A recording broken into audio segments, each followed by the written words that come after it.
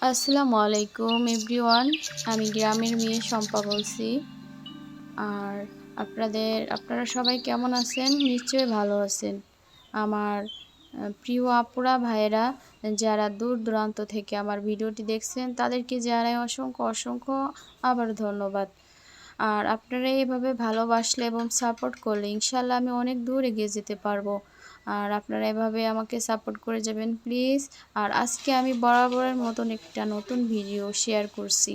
ভিডিওটি please skip করে দেখবেন না, ফুল ভিডিও দেখবেন দয়া করে। এই যে আমি আম গাছ থেকে আম পেড়ে নিচ্ছিলাম। আর আম পাড়ছি কিসের জন্য বোঝাই যাচ্ছে। আজকে একটা আচার তৈরি করব, টক ঝাল মিষ্টি আচার। এজন্য গাছ থেকে ফরমালিন মুক্ত আম পেড়ে নিচ্ছিলাম। আর গ্রামে থাকলে একটা আনন্দ উপভোগ করা যায় যে গাছ থেকে আম পাড়া, বিভিন্ন ধরনের ফল ফুল ইত্যাদিতে ভরা থাকে গ্রামে। আর সেটাই আমার খুব ভালো লাগে। গ্রামের পরিবেশটা আসলে অনেক ন্যাচারাল। আর চলে আসলাম আম পেড়ে, এগুলো এখন কেটে ধুয়ে পরিষ্কার করে রোদ্রে শুকাতে দিতে হবে কিছুক্ষণের জন্য। তাই প্রসেসিং চলছে যে আমগুলো এখন কাটবো আমি। আর আপনারা আমার ফুল ভিডিও দেখবেন দয়া করে। এই যে আমি পানি নিয়ে এসেছি, এই পানিতে কিছুটা লবণ দিব, কারণ আমটা রাখলে কষটা ধুয়ে যাবে এবং ভিতরে যত কষ আছে ধুয়ে যাবে, আমটা সাদা থাকবে, কালো হবে না। আর আমাদের গ্রামের ভাষায় গ্রামেতে বেশি নদী বা পুকুরের পানিতে দিলে সমস্যা হয় না। তারপর যদি একটু লবণ দেওয়া যায় তাহলে আমটা পরিপূর্ণ সাদা থাকে, ফ্রেশ থাকে, দেখতে অনেক মাশাআল্লাহ সুন্দর দেখা যায়। আর আমি এই যে আমগুলো ছিলে নিচ্ছিলাম। এই আমটা অনেক দিন আগে মানে পেকে গেছে, ফেটে পড়ছে, এজন্য ওটা রেখে দিলাম। তারপর আমগুলো কাঁচা কাঁচা আমগুলো দেখে ছিলে নিচ্ছিলাম। আর এটা দিয়ে ছিলে নিলে অনেক তাড়াতাড়ি হয়ে যায়। আর আমি তাড়াতাড়ি অনেকটা করছিলাম। আর এপাশে আমার ননদ আমাকে শাক বেছে দিচ্ছিল, পাট শাক। আর সে পাট শাক বাচ্ছে আর আমি আম ছিলছি, দুজনে মিলে পাল্লা দিয়েছি যে কে আগে আম এবং পাট শাক ছিলতে পারে। কিন্তু আসলে কি ফার্স্ট হয়েছে কে জানেন? ফার্স্ট হয়েছে গ্রামের মেয়ে শম্পা। আর আমার ননদটাকে ঠকাই দিলাম। কেমন হলো আজকে? আর এই যে আমগুলো সব পানিতে ভিজিয়ে নিলাম।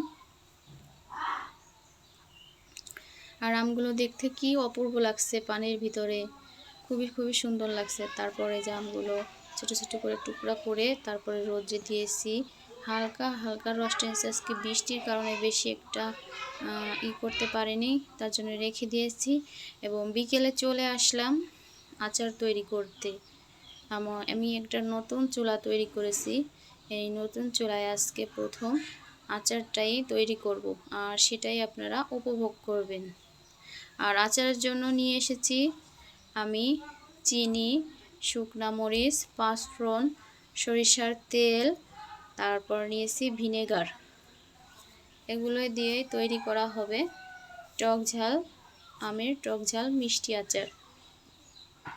আর এটা আমি হালকা সরষে দিয়ে রোদ্রে দিয়েছিলাম, এতটুকুই শুকালো।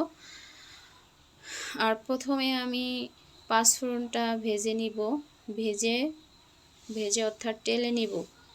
এটা সুন্দর করে টেলে নিলে মচমচা হয়ে যাবে আর অন্যরকম একটা সুগন্ধ ছড়ায়। আর কয়েকটা শুকনা মরিচ আর এই পাঁচফোড়ন এক মুঠ নিয়ে নিলাম। এগুলো আস্তে আস্তে জালে ভেজে নিয়ে তারপরে শিলপাটায় বেটে নিব। দারুণ একটা পরিবেশে আমি রান্না করছি। আর আমার খোলামেলা পরিবেশ খুবই ভালো লাগে। আর আমি খোলামেলা পরিবেশে রান্না করতে পছন্দ করি, কিন্তু কি করা যায়, রোদে তো থাকা যায় না। তাই বিকেলবেলা আসলাম খোলামেলা পরিবেশে রান্না করতে, মানে আচার তৈরি করতে। আর এভাবে টেলে নিচ্ছিলাম। আর নতুন চুলা তো মাঝে মাঝে ধোঁয়া হয়, জাল নিভে যায়, আবার জালটা আবার দিতে হয়। এভাবে করে তৈরি করতে অনেকক্ষণ লেগে গিয়েছে আচার তৈরি করতে।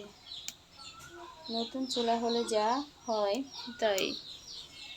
তারপর আমি ওগুলো শিলপাটায় বেটে নিচ্ছিল, আমার ননদ সাহায্য করছিল। আর এই পাশ দিয়ে আমি সরিষার তেল ঢেলে দিলাম এবং গরম হলো। গরম হওয়ার পরে আমি আমগুলো সব ঢেলে দিব। আমগুলো একটু তেলে ফ্রাই করে নিব, যতটা রস টানছে রোদ্রে তারপর একটু ফ্রাই করে নিলে আর রস থাকবে না আমের গায়ে, আর সারা বছর সংরক্ষণ করা যাবে এভাবে। আর আমের গায়ে যদি রস থেকে যায় তাহলে আমের উপরে ছত্রাক পড়ে যাবে, তখন আমগুলো একবারে নষ্ট হয়ে যাবে। এজন্য বিশেষ করে রোদ্রে দিতে হবে, রোদ্রে দিয়ে তারপরে আমের আচার তৈরি করতে হবে।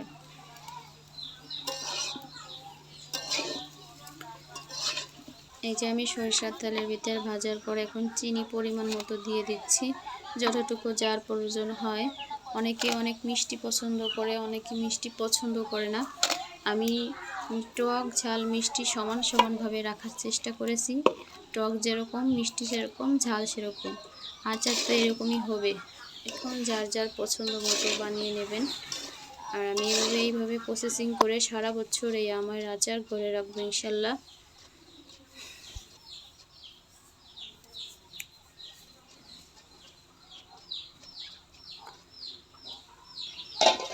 আর ভাজতে ভাজতে চিনিটা গলে গিয়েছে, চিনিটা গলে আমের কালারটা খুব সুন্দর একটা আমের কালার চলে এসেছে, দেখতে অপূর্ব লাগছে। ভালো ওঠে, কালার ভালো আসছে। আর আস্তে আস্তে আস্তে আস্তে আমগুলো খুবই সফট হয়ে যাবে, নরম হয়ে যাবে। তারপরে যে নরম হয়ে গেছে, আমি এখন পাঁচফোড়ন যে শিলপাটায় বেটে নিয়েছি সেগুলো দিয়ে দিলাম, দিয়ে ভালো মতো নেড়ে চেড়ে নিচ্ছিলাম। আর এভাবে কিছুক্ষণ নাড়াচাড়ার পরে তারপর আমি একটু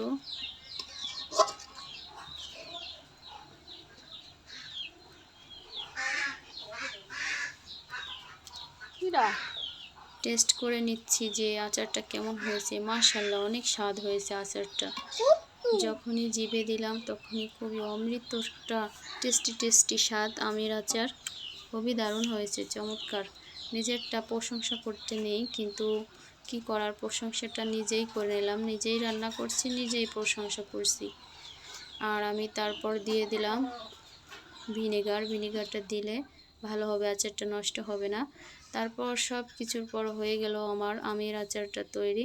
এই যে আমি একটা ছোট্ট বাটিতে অর্থাৎ